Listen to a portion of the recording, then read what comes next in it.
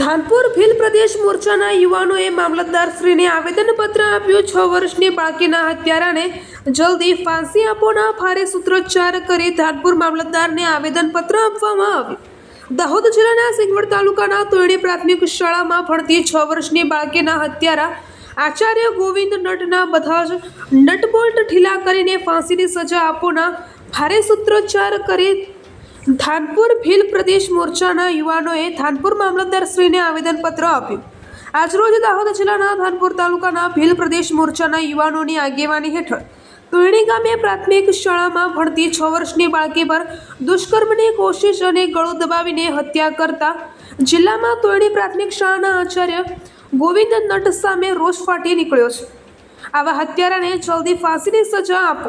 આપણી બેન બેટી અને દીકરીઓ સાથે આવા લપટ ક્યાં સુધી મનમરજીથી આવી હરકતો કરતા રહેશે તેને જલ્દી ફાંસીના માછડે ચડાવો તેવા ભારે સૂત્રોચ્ચાર કરી દાહોદ જિલ્લાના ધાનપુર તાલુકાના ભીલ પ્રદેશ મોરચાના યુવાનોએ મોટી સંખ્યામાં ભારે સૂત્રોચ્ચાર કરી ધાનપુર મામલતદારશ્રીને આવેદનપત્ર આપ્યું।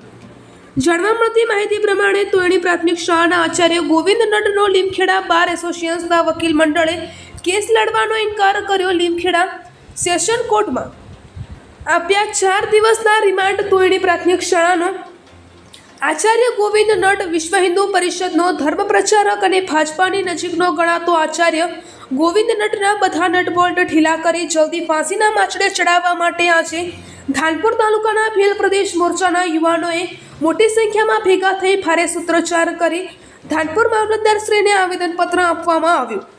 रिपोर्टर चंदुभाई मोहनिया दाहोद। जय भील प्रदेश।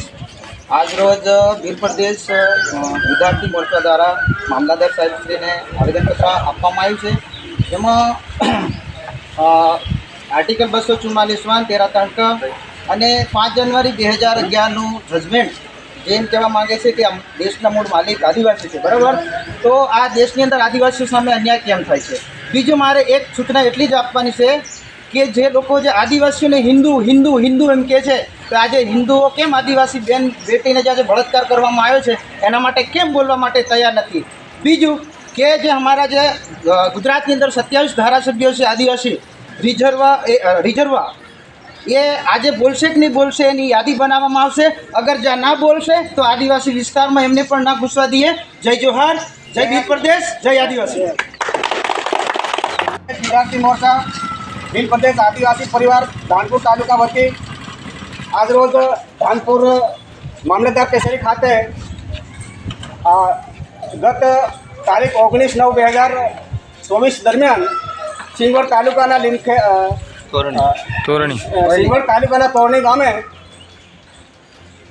6 વર્ષની માસૂમ બાળકી ને રેપ કરી દુષ્કર્મ આચરી શાળાના આચાર્યશ્રી દ્વારા એને મારી નાખવામાં આવી। જે બાબતે આજે અમે સર્વ ભીલ પ્રદેશ વિદ્યાર્થી મોરચા દ્વારા અમે આજે મામલતદાર કચેરી અમે આવેદનપત્ર આપી।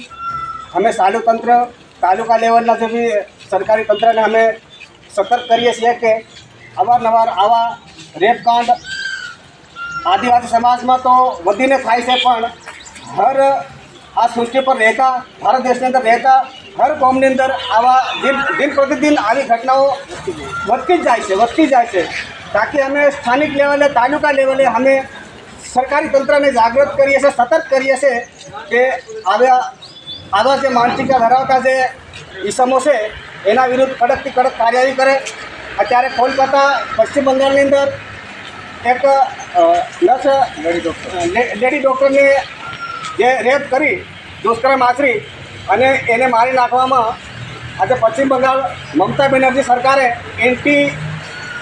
એન્ટી રેપ એક્ટ કરીને એક નવો કાનૂન લાવ્યા, જેનો 15 દિવસની અંદર ચાર્જશીટ આપવાની, 24 દિવસની અંદર એને ફાંસીની સજા આપવાનો એવો નવો કાનૂન બનાવવામાં આવ્યો। એવો જ કાનૂન આપણી ગુજરાત સરકાર બી બનાવે અને સ્થાનિક લેવલે તંત્ર જાગી જાય, તાકી આદિવાસી સમાજની અંદર આદિવાસી સમાજની બહેન બેટીઓ ને જે દુષ્કર્મના કેસો બનતા અટકે।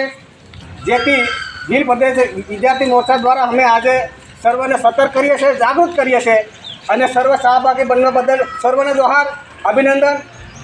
અહીંયા સાથ આપવા બદલ અને જે તે સમયે આના ઉપર ગોવિંદ નટ કરીને જે આરોપી છે, જે સ્કૂલનો પ્રિન્સિપાલ છે, RSSની અંદર સંકળાયેલો છે, વિશ્વ હિન્દુ પરિષદનો જે સેવક છે, જો વિશ્વ હિન્દુ પરિષદ RSS વાળાને જો ટ્યુશન ટ્રેનિંગ આપવામાં આવતી હોય તો પછી શિક્ષક છે માંથી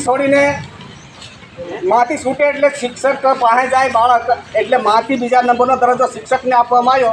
આજે શિક્ષણ જગતને સક્ષાર કરનારો આજે કાંડ બન્યો છે, જેથી અહીંયા રહેવાવાળા તમામ આદિવાસી ભાઈઓ બી જાગૃત થઈ જાય અને આવા જે કૃત્ય કરનારા ઈસમોને બી કડકથી કડક સજા મળે, ફાંસીની સજા આપે એવી અમે ભીલ પ્રદેશ વિદ્યાર્થી મોરચા દ્વારા અમે માંગ કરીએ છીએ.